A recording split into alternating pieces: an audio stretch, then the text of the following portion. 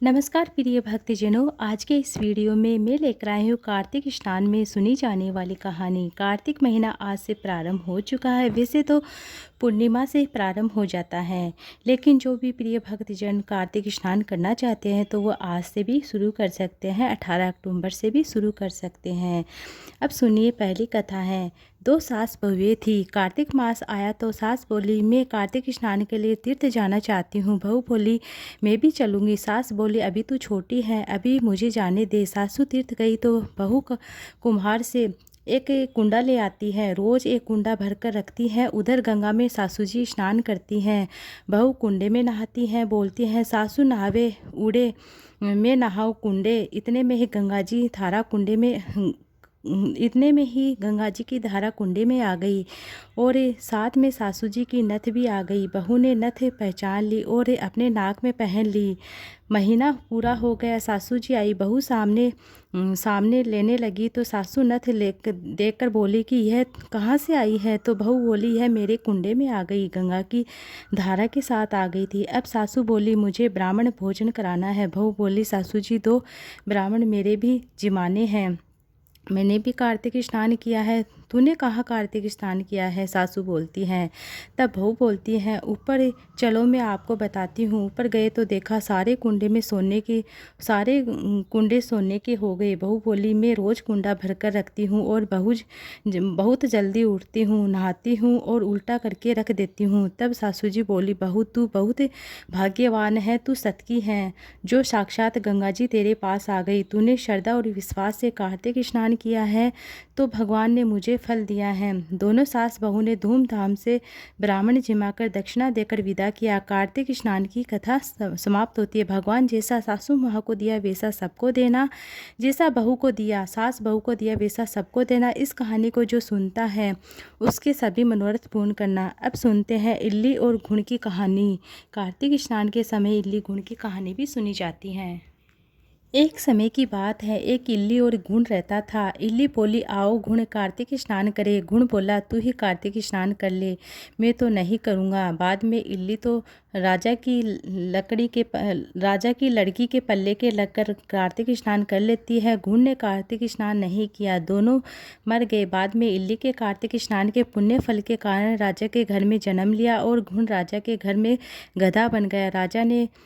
राजा ने बेटी के विवाह का सावा निकलाया, लेकिन ससुराल जाने लगी तो उसने अपनी पालकी रुकवा दी और राजा से कहा कि वह गधा मुझे चाहिए। तब राजा ने कहा कि यह मत ले जा, बस इतना सही लेके जाना है तेरे को, धन दौलत लेके जा, गधा कहाँ लेके जा रही है। लड़की बोली, नहीं मुझे तो यही चाहिए। गधे को रथ के बांध देती है, गधा दौड़ने लगता है। महल में पहुँचे, गधे को महल के नीचे बांध देती है। वह लड़की नीचे उतरती है तो गधा कहता है, मुझे पानी पिला दे। तब लड़की ने कहा, मैंने पहले ही कहा था कार्तिक स्नान कर ले, पर तू माना नहीं। मैं तो बाजरा खाऊंगा और ठंडा ठंडा पानी पीऊंगा। उनको बातें करते राजा ने सुन लिया। तब राजा ने कहा कि आप मुझे सारी बात आज बता दीजिए। तब रानी लड़की ने कहा कि राजा को सारी बात बताती है, मैं पिछले जन्म में ली थी और ये घुन था। तब मैंने कहा कि तू कार्तिक स्नान कर ले, इसने नहीं किया। मैं कार्तिक स्नान के पुण्य के कारण राजा के घर में लड़की के स्वरूप में जन्म लिया है और राजा के घर में राजपाट कर रही हूँ। तब राजा ने कहा कि कार्तिक स्नान का इतना पुण्य फल होता है तो हम दोनों जोड़े से नहाएंगे। रानी राजा ने अत्यंत प्रसन्न होकर कार्तिक स्नान किया। दोनों ने दान पुण्य किया। सारी नगरी में कहा दिया कि सब कार्तिक स्नान करना, नहाना और पानी घुन में डाल दो, इससे घुन की मोक्ष की प्राप्ति हो जाए। हे कार्तिक भगवान, विष्णु भगवान जैसा इल्ली को सुख दिया वैसा सबको देना। कहता सुनता रहा, उखाड़ा बढ़ता आपका सारा परिवार को देना। अब सुनते हैं पथवारी की कहानी, पीपल पथवारी की कहानी। एक बार एक पथवारी माता थी और पाल और विनायक जी में झगड़ा हो गया था। सब आपस में स्वयं को इतना बड़ा बता रहे थे। इतने में ही एक ब्राह्मण का लड़का आता है। पाल, पथवारी और गजानन जी ने उसे रोका और कहा, लड़के रुक जा, हमारा न्याय करके जा। लड़का बोला, मैं कल वापस आऊँगा तब न्याय करूँगा। घर आकर लड़के ने माँ से कहा, माँ मुझे कल पाल, पथवारी माता और विनायक जी का न्याय चुकाना है, तो मैं माँ ने कहा, बेटा सबको बड़ा बता देना। दूसरे दिन लड़का वहाँ गया, बोला, पाल माता आप बड़ी हो, क्योंकि हर व्यक्ति आता है, स्नान ध्यान करके शुद्ध होकर जाता है। आप सबकी रक्षा करती हो। हे पटवारी माता, आप सबसे बड़ी हो, क्योंकि कितने भी तीर्थ हैं, धर्म ध्यान करके आपकी पूजा करते हैं, बिना उनका कार्य पूर्ण नहीं होता है। आप जीवित को भी तारती हो, मरने के बाद भी उद्धार करती हो। पटवारी माता पत्थर की धरानी, इसलिए आप बड़ी हो। अब विनायक जी से लड़का बोला, सबसे पहले शुभ काम में आपको ही मनाया जाता है, आपको ध्यान किया जाता है, आपके बिना कोई कार्य सिद्ध नहीं होता, इसलिए आप बड़े हो। ये थी पल इसलिए पाल माता पटवारी और विनायक जी लड़के की चतुराई से प्रसन्न होकर बोले, लड़के तुमने तो हम सबको ही बड़ा कर दिया और उनको सुखी रहने का आशीर्वाद दिया। जो के दाने उनसे अगोछे में डाल दिए।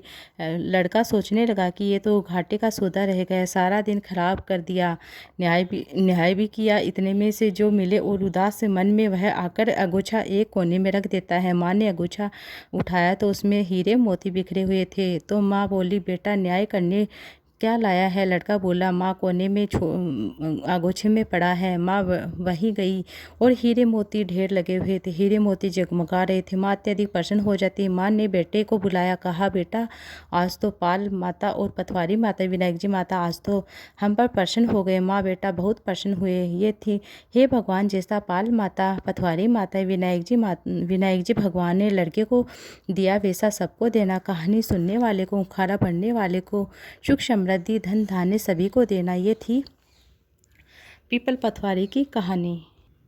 अब सुनते हैं जाट भाट की कहानी, नगर बसेरा की कहानी, जिसे हम नगर बसेरा की कहानी भी कहते हैं। इस कहानी में विश्राम देवता की कहानी होती है।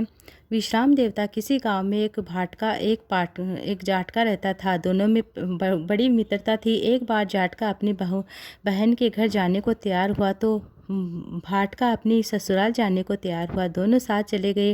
रास्ते में रुककर एक तालाब की तलाई आई, वहाँ पर बैठ गए। जाटका ने भाटका से कहा कि नगर बसेरा कर लेते हैं। इस पर भाटका बोला कि तू ही नगर बसेरा कर ले, मैं तो अपनी ससुराल जा रहा हूँ, वहाँ खूब खातिरदारी होगी, मेरी जगह तू ही कर लेना नगर बसेरा। जाटका वहीं तालाब की पाल पर बैठा पानी की घंटी और चावल की पोटली लेकर नगर बसेरा करने लगता है। नगर बसेरा करने के साथ जाटका कहने लगता है कि नगर बसेरा जो करे सो मन के धोवे पाप, ताता मांडा लापसी, देगी मेरी माँ देगी मावसी, देगी द्वारका का वास, मीठा मीठा घास वैकुंठ का वास, पाँच कुल्ठी छठी रास, मेरा जीबड़ो श्री कृष्ण के पास, डालू पानी हो जाए घी, झट से निकल जाए मेरा जीव। यह सब करा यह जाटका बहन के पास चल पड़ा। जाटका की बहन ने भाई का खूब मान सम्मान किया, बहुत आदर सत्कार किया और बहुत बातें की। भाई की प्रसन्नता का भोजन बनाया। उधर भाटका अपने ससुराल पहुंचा तो वहाँ आग लग गई थी। आग बुझाने पर भी वह बुझ नहीं पा रहे थे। उसमें हाथ मुँह भी काले हो गए थे। खुद भी थोड़ा झुलस गया था, ना रोटी ना पानी। और किसी ने पूछा कि नहीं, भाटका भूखा प्यासा वहाँ से निकल गया। शाम हो गई, फिर अपने घर की ओर चलता है। रास्ते में मिल गया, एक दूसरे आपस में मिल जाते हैं। भाटका बोलता कि मेरे ससुराल में तो आग लग गई थी, आग बुझाने में खुद काला हो गया हूँ, ना रोटी मिली ना पानी मिला। जाटका बोला कि मेरी बहन को बहुत खातिरदारी हुई। फिर बोला कि मैंने कहा था कि ना नगर बसेरा कर ले, आजा अब कर ले, लेकिन भाटका ने फिर मना कर दिया। कहने लगा कि तेरी मासी हैं, पता नहीं रोटी दे या नहीं देगी, मेरी तो माँ है, दही और छूछली चूरमा और बहुत सारी चीज़ें बनाई होगी। भाटका ने फिर नगर बसेरा नहीं किया, जाटका ने कर लिया। नगर बसेरा जो करे सो मन के धोवे पाप, ताता मांडा लापसी, देगी मेरी माँ देगी मावसी, देगी द्वारका का वास, मीठा मीठा घास वैकुंठ का वास, पाँच कुल्ठी छठी रास, मेरा जबड़ो श्री कृष्ण के पास, डालू पानी हो जाए घी, झट से निकल जाए मेरा जीव। करके वह चल पड़ा। घर पहुँचे जाटका। सिर मासी ने बहुत लाड प्यार किया। उधर भाटका घर गया तो उसकी भैंस खो गई थी। माँ एक लाठी लेकर आई, दूसरी लाठी कहने लगी कि ससुराल गया तो आग लगा दी, अब यहाँ आया तो भैंस खो दी। बाप ने कहा कि पहले तो भैंस को लेकर आ, तभी रोटी मिलेगी, पानी मिलेगा। सारा सारा दिन भाटका भैंस ढूंढता ढूंढता, लेकिन उसे भैंस नहीं मिली। जाटका और भाटका फिर मिलते हैं। भाटका ने जाटका से कहा, हाल चाल पूछा। भाटका बोला कि आते ही भैंस खो गई है, बस उसी दिन से मैं भैंस को ढूंढ रहा हूँ, रोटी ना पानी मिला है। जाटका ने कहा कि मैंने तो पहले कहा था कि नगर बसेरा कर ले। जाटका की बात सुनकर भाटका बोला कि मैं तेरे नगर बसेरे में इतनी ताकत हो तो मैं अब कर लेता हूँ। दोनों बैठकर नगर बसेरा किया। नगर बसेरा जो करे सो मन के धोवे, पाप ताता मांडा लाभ सी, देसी मेरी माँ माँ देसी माँ सी, देसी देसी द्वारका वास, मीठा मीठा घास वैकुंठ का वास, 5 कुल्टी छठी रास, मेरा जबड़ो श्री कृष्ण के पास है, डालू पानी हो जाए, घी झट से निकल जाए मेरा जीव। दोनों के नगर बसेरा करने पर भाटका जैसी आगे बढ़ा, उसकी खोई हुई भैंस मिल गई, जिसे लेकर पहुंचा। घर पहुंचते ही माँ ने कहा कि लड़के को आते ही घर से निकाल दिया, सारे दिन भूखा प्यासा उधर उधर भटक रहा। वह कहकर उसकी माँ ने उसको खूब खिलाया पिलाया। उस ससुराल से संदेशा आ गया कि उसकी ससुराल में बहुत भाव भगत की बहुत अब पत्नी को लेकर घर आता है। भाटका प्रसन्न हो जाता है और भाटका ने सारे नगर में ठिठोरा पिटवा दिया कि कार्तिक में सब कोई अपने पीहर या सासरे जावे, आते समय जाते समय नगर बसेरा करे। जैसे भाटका को नगर बसेरा करने का फल मिला, वैसा कहानी सुनने वाले कहने वाले को भी मिले। ये थी नगर बसेरा की कहानी। अब सुनते हैं गणेश जी भगवान की कहानी। लक्ष्मी जी का शुभ विवाह होने लगता है। श्री गणेश जी भगवान की कहानी है। विष्णु भगवान लक्ष्मी जी का शुभ विवाह होने लगता है। समस्त देवी देवता बारात लेकर आते हैं और गणेश जी को नहीं बुलाया। सोचा अच्छे नहीं लगेंगे, सूंड सूंड वाला है और दूंद दूंद वाला है और छाजले से कान और मोटा सा मस्तक वाला है, बारात में अच्छे नहीं लगेंगे। उनको घर की रखवाली को लिए छोड़ देते हैं। मस्तक देवता समस्त देवतागण गाजे बाजे से बारात लेकर जाते रवाना होते हैं। नारद मुनि ने गणेश जी को भड़का दिया कि आप अच्छे नहीं लग रहे हो, इसलिए आपको नहीं लेकर जा रहे हैं। यह सुन गणेश जी ने अपने चूहों को भेजा। चूहे ने सारी धरती थोती कर दी। धरती थोती होते ही भगवान के रथ पहिए में जमीन में धस गई। सब ने निकालने का प्रयास किया, सफलता नहीं मिली। थक कर खाती को बुलाया और उसके आते ही रथ को निकालते हुए बोला, जय बोलो गणेश भगवान की जय हो। रथ का पहिया निकल गया। तब सब देवताओं ने पूछा, गणेश जी को क्यों याद किया है? तब खाती बोला, गणेश जी को सुमरे बिना कोई काम सिद्ध होता है क्या? नहीं होता है। सब सोचने लगे, हम तो गणेश जी को वहीं छोड़कर आ गए। संदेशा भेज गणेश जी को बुलाया और सर्वप्रथम गणेश जी का रीति सीधी से विवाह करवाया। फिर भगवान विष्णु जी का विवाह लक्ष्मी जी से करवाया और घटती हो पूरी करो और कहता न सुनता हमारा सारा परिवार ने अपनी कृपा करना रक्षा करना। ये थी गणेश भगवान की कहानी। अब मैं सुनाती हूँ आपको एक लप्सी की कहानी, एक तपसी कहानी जो कार्तिक मास में सुनी जाती है। एक लप्सी था, एक तपसी था। तपसी तो भगवान की तपस्या करता था। लप्सी सवा शेर की लापसी बनाकर उसका भोग लगाता था, जिमाता था। एक दिन दोनों झगड़ने लगे। लप्सी बोला मैं बड़ा, तपसी बोला मैं बड़ा। इतने में ही नारद मुनि वहाँ आते हैं, बोलते हैं तुम क्यों झगड़ रहे हो? तो तपसी ने कहा कि मैं बड़ा हूँ और लप्सी ने कहा कि मैं बड़ा हूँ। तपसी बोला मेरे सारे दिन भगवान की पूजा करता हूँ। ये सुन नारद जी ने कहा कि मैं तुम्हारा फैसला कल कर दूंगा।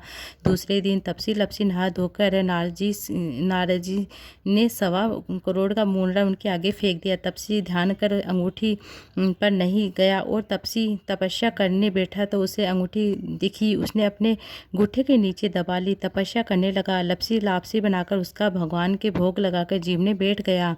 इतने में ही नारद जी आते हैं। सब दोनों ने पूछा कि कौन बड़ा है?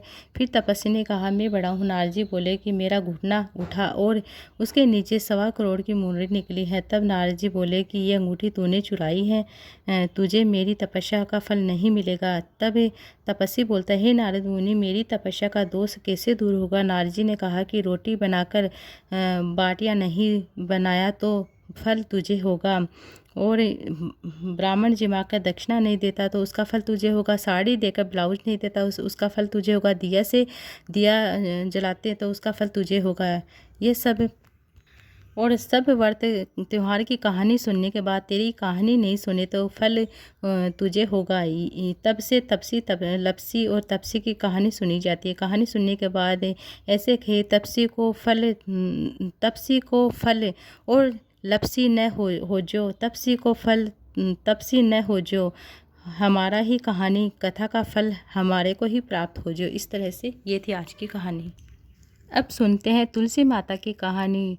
कार्तिक स्नान में जब भी कार्तिक स्नान करते हैं तो तुलसी माता की कहानी अवश्य सुननी चाहिए। तुलसी माता की कृपा से प्राप्त करने वाली एक बुढ़िया माई की कहानी है। कार्तिक महीने में एक बुढ़िया माई तुलसी को सींचती और कहती, हे तुलसी माता सत की दाता, मैं तेरा बिरला सींचती हूँ, मुझे बहू दे, पीताम्बर की धोती दे, मीठा मीठा घास दे, बेकुट का वास दे, चट की चाल दे, पटक की मोत दे, चंदन का काठ दे, रानी सा राज दे और दाल भात का जीवन दे, ग्यारस की मौत दे, कृष्ण जी का काना दे। तब तुलसी माता यह सुनकर सूखने लगती है। भगवान ने पूछा कि हे तुलसी माता, हे तुलसी सत की दाता, तुम क्यों सूख रही हो? तुलसी माता ने कहा कि ये बुढ़िया माई आती है, रोज आती है, वही एक ही बात कहती है, मैं सब बात उसकी पूरी कर दूंगी, लेकिन कृष्ण जी का कांधा कहाँ से लेकर आऊँगी? तो भगवान बोलते हैं,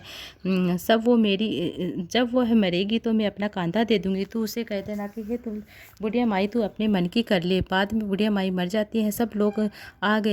जब माई को उठाने लगे तो वह बहुत भारी हो गई, किसी से उठ ही नहीं रहा। तब भगवान एक 12 वर्ष के बालक के रूप में धारण करके आते। बालक ने कहा, मैं कान में एक बात कह देता हूँ तो बुढ़िया माई उठ जाएगी। बालक ने कान में कहा, बुढ़िया माई मन की निकाल ले, पीताम्बर की धोती ले, मीठा मीठा घास ले, बेकुट का बास ले, चटकी चाल ले, पटक की मौत ले, कृष्ण जी का कांधा ले। यह सुनकर बुढ़िया माई हल्की हो जाती है। भगवान ने कांधा दिया और बुढ़िया माई को मुक्ति मिल गई। हे तुलसी माता, जैसे बुढ़िया माई को मुक्ति दी वैसे सबको देना। जो कथा को सुनता है, उखाड़ा भरता है, सबकी मनोरथ पूर्ण करना। जय हो तुलसी माता की।